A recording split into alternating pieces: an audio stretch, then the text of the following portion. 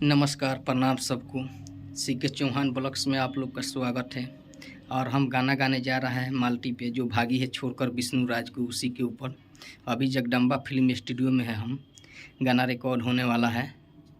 फ़िलहाल हम एक गाना आपके बीच अभी लाइव छोड़ते हैं, ठीक है। देखिएगा, अच्छा लगे तो चैनल का सब्सक्राइब कीजिए और कमेंट कीजिए और शेयर मारिए। अब गाना हम स्टार्ट करने जा रहे हैं, ठीक है। कि ऊपर के मनवा से माने लू भैया, नीचे के मनवा से जाने लू सैया।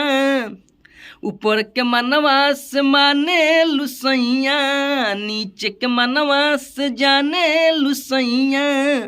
अरे मजा खूबे लुटो तारू संग में यार के, मजा खूबे लुटो तारू संग में यार के। दिलवा तुरलू बोल मालती का है अपना भतार के, दिलवा तुरलू बोल मालती का है अपना भतार के। ए गाना के अंतरा बा, रोहते भतार देलू दोसरा के मौका, विष्णु राज संग कोइले बारू धोखा। अरे रोहते भतार देलू दोसरा के मौका, विष्णु राज संग कोइले बारू धोखा।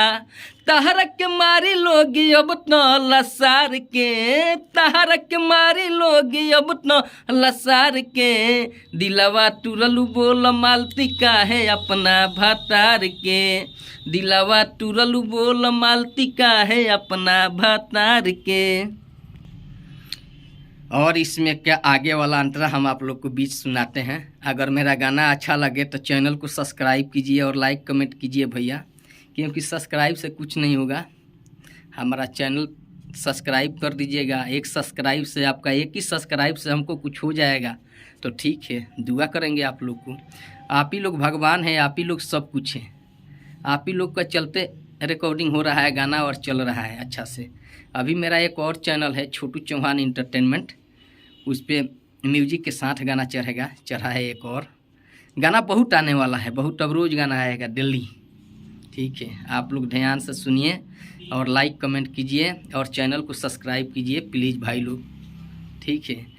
और मेन अंतरा है लास्ट का, कि भाई के संग खोला तारू खाता, विष्णु राज संग तुर देहलू नाता।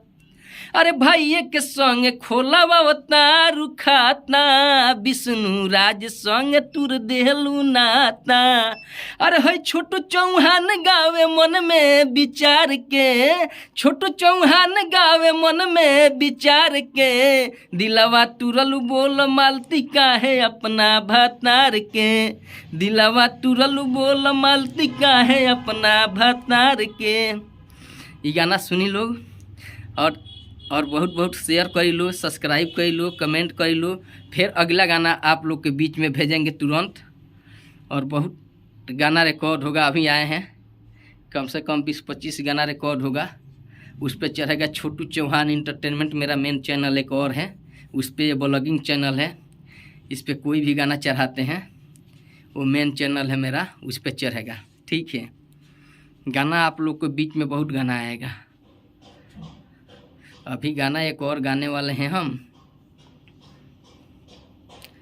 वो भी गाना आपको गा कर सुनाएंगे। इसके बाद, इस गाने के बाद वो छोड़ेंगे तुरंत, 4-5 घंटा बाद छूटेगा वो। फिलहाल इस गाना को आप लोग शेयर कीजिए, कमेंट कीजिए, लाइक कीजिए और चैनल सब्सक्राइब कीजिए प्लीज़ भाई लोग।